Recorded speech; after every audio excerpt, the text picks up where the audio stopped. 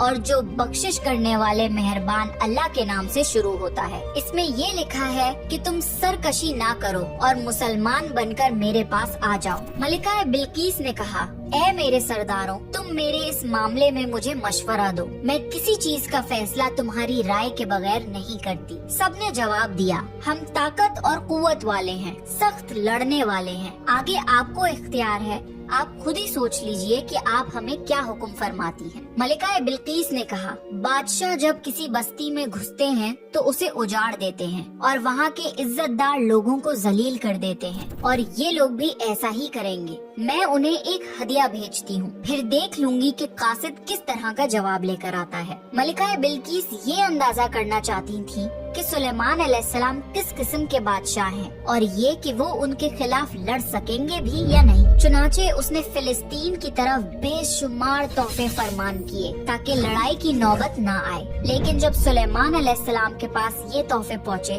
تو وہ غضبناک ہو گئے۔ جب قاصد سلیمان علیہ السلام کے پاس پہنچا تو انہوں نے فرمایا، کیا تم مال سے مجھے مدد دینا چاہتے ہو؟ مجھے تو میرے رب نے اس سے بہت بہتر دے رکھا ہے جو اس نے تمہیں دیا ہے، بس تم ہی اپنے تحفوں سے خوش رہو، جاؤ ان کی طرف واپس لوٹ جاؤ، ہم ان کے مقابلے وہ لشکر لے کر آئیں گے جن کے سامنے پڑنے کی ان میں طاقت نہیں، اور ہم انہیں ذلیل کر کے وہاں سے نکال باہر کریں گے۔ قاصد ان کا جواب سن کر اور یہ صورتحال دیکھ کر دہشت زدہ ہو گیا۔ اس نے ملکہ بلقیس کی طرف جا کر یہ ساری حقیقت بیان کر دی۔ ملکہ بلقیس نے سلیمان علیہ السلام کو پیغام بھجوایا کہ ہم اسلام قبول کرنے کے لیے تیار ہیں۔ جب یہ پیغام سلیمان علیہ السلام تک پہنچا تو آپ اپنے درباریوں کی طرف متوجہ ہوئے اور فرمایا، اے سرداروں، تم میں سے کوئی ہے جو ملکہ بلقیس کے یہاں پہنچنے سے پہلے ان کا تخت یہاں لا دے؟ ایک جن نے کہا، آپ اپنی مجلس سے اٹھیں، اس سے پہلے ہی میں ان کا تخت آپ کے پاس لا دیتا ہوں۔ ایک شخص جس کے پاس کتاب کا علم تھا وہ بولا،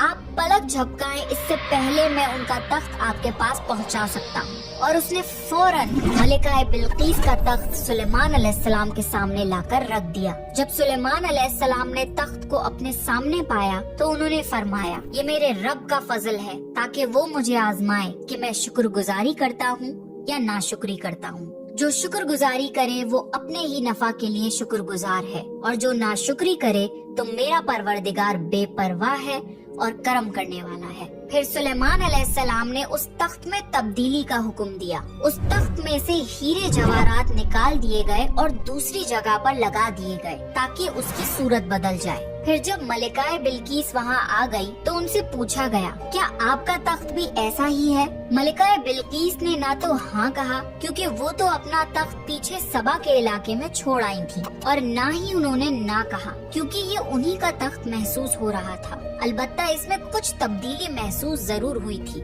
کافی سوچ کر انہوں نے جواب دیا، یہ تخت میرا ہی لگتا ہے۔ اس کے بعد سلیمان علیہ السلام ملکہ بلقیس کو ایک محل میں لے گئے۔ سلیمان علیہ السلام اپنی سلطنت کا ایک ایسا منظر دکھانا چاہتے تھے جو کسی انسان نے پہلے نہ دیکھا ہو۔ یہ محل مکمل طور پر شیشے کا بنا ہوا تھا، اس سے دوسری طرف دیکھا جا سکتا تھا۔ فرش بھی شیشے کا تھا، شیشے کے نیچے پانی چھوڑا گیا تھا، پانی چلتا رہتا تھا۔ آپ ملکہ بلقیس کو لے کر اس محل میں داخل ہوئے تو وہ بہت حیران ہوئی کہ اس محل میں تو پانی بہ رہا ہے۔ انہوں نے اپنا لباس کچھ اوپر کر لیا تاکہ وہ بھیگ نہ جائیں۔ پھر ملکہ بلقیس نے اپنا پیر پانی پر رکھنا چاہا تو وہ شیشے پر پڑا۔ اس بات پر ملکہ بلقیس کو بہت شرمندگی محسوس ہوئی کہ وہ دھوکہ کھا گئیں۔ یہ شیشے کا محل اتنا عالیشان تھا کہ اسے جنوں کے ذریعے بنایا گیا تھا۔ سلیمان علیہ السلام نے فرمایا، یہ ایسا محل ہے جس میں نیچے بھی شیشے جڑے ہوئے ہیں۔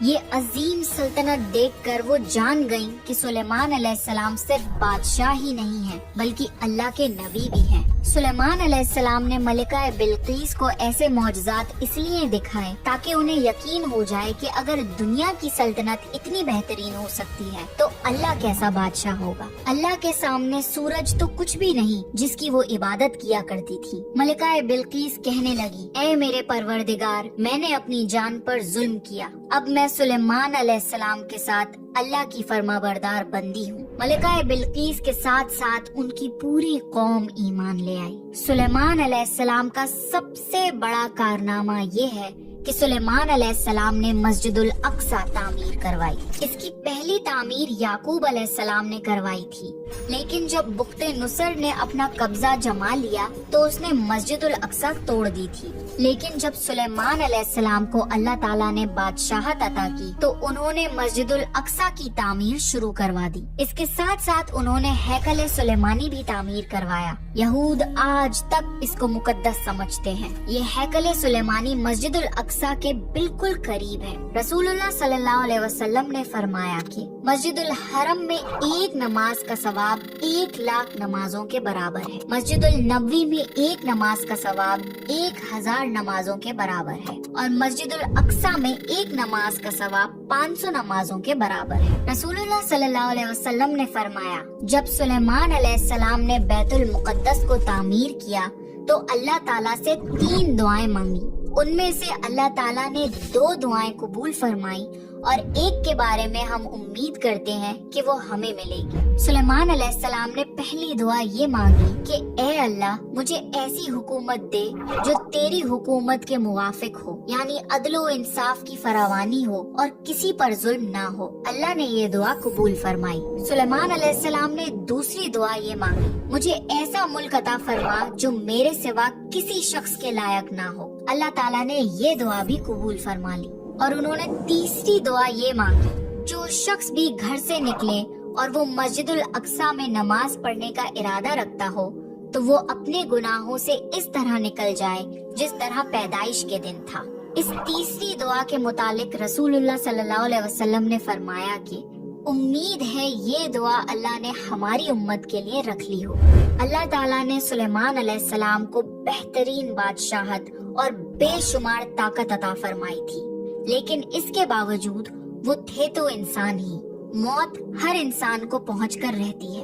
انسان جتنی بھی قدرت حاصل کر لے، جتنا بھی غلبہ لے، جتنی بھی عظمت حاصل کر لے، لیکن موت سے نہیں بچ سکتا۔ اللہ تعالیٰ نے چاہا کہ سلیمان علیہ السلام کی موت سے بھی لوگوں کو عبرت حاصل ہو۔ سلیمان علیہ السلام کے دور میں لوگ جنات کے فتنے میں مبتلا تھے۔ کالا جادو عام تھا۔ لوگ سوچتے تھے کہ جنات غیب کا علم رکھتے ہیں۔ اللہ تعالیٰ نے چاہا کہ لوگوں کو سلیمان علیہ السلام کی موت کے ذریعے بتائیں کہ جنات کو علم غیب نہیں ہے۔ ایک دن سلیمان علیہ السلام نے جناتوں کو سختی سے کام پر لگایا اور وہ آپ کے سامنے کام کرنے لگ گئے۔ آپ ان کی نگرانی کرتے رہتے۔ جناتوں کے دلوں میں سلیمان علیہ السلام کا بہت خوف تھا، کیونکہ سستی کرنے پر آپ انہیں سخت سزا دیتے تھے۔ آپ کھڑے ہو کر ان کی نگرانی کر رہے تھے۔ اس وقت سلیمان علیہ السلام کی عمر 150 سال تھی۔ جنات بیت المقدس کی تعمیر میں مصروف تھے۔ ایسے میں آپ نے اپنا عصا پکڑا اور اس پر اپنی ہتھیلیاں ٹکا دی، پھر ہتھیلیوں پر اپنا سر رکھ دیا۔ اس طرح ان کی نگرانی کرتے رہے اور اسی حالت میں اللہ تعالیٰ نے آپ کی روح قبض کر لی۔ سلیمان علیہ السلام کی آنکھیں کھلی رہ گئیں۔ ادھر جن مسلسل کام کرتے رہے۔ وہ یہی خیال کر رہے تھے کہ سلیمان علیہ السلام زندہ ہیں اور انہیں دیکھ رہے ہیں۔ سلیمان علیہ السلام کا خلیفہ آیا تو وہ جان گیا کہ آپ انتقال کر گئے ہیں، لیکن اس نے بھی جنات پر یہ بات ظاہر نہیں کی۔ اس طرح 2 سال گزر گئے۔ جنات اس قدر سخت نگرانی پر حیران تھے۔ وہ دیکھ رہے تھے کہ 2 سال سے سلیمان علیہ السلام نے حرکت تک نہیں کی، پلک تک نہیں جھپکائی۔ پھر سلیمان علیہ السلام کے عصا پر دیمک لگ گئی۔ وہ اندر ہی اندر اس لکڑی کو کھوکھلا کرتی رہی۔ آخر وہ لاٹھی ٹوٹ گئی۔ سلیمان علیہ السلام زمین پر گر گئے۔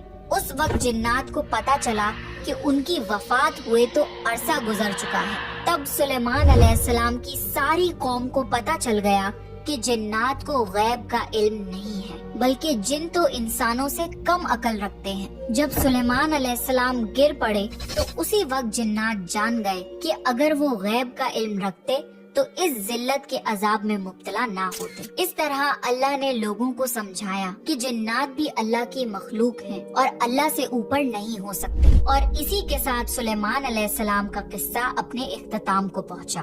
سلیمان علیہ السلام کی زندگی سے ہمیں یہ سبق ملتا ہے کہ اللہ کے سوا اور کوئی عبادت کے لائق نہیں۔ جو کوئی بھی اللہ کے سوا کسی اور کی عبادت کرے گا وہ صرف اور صرف ذلیل و خوار ہوگا۔ ہمیں یہ بھی سیکھ ملتی ہے کہ ہمیں ہر وقت اللہ کا شکر ادا کرنا چاہیے اور دل کھول کر اللہ سے دعا مانگنی چاہیے۔ سلیمان علیہ السلام نے اللہ سے ایک ایسی بادشاہت مانگی جو کسی کے پاس نہ ہو، اور اللہ نے یہ دعا قبول بھی کر لی۔ ممکن اور ناممکن ہمارے دماغ کی حدود ہیں، اللہ کے لیے سب ممکن ہے، اس لیے اللہ سے خوب دعائیں مانگا کریں۔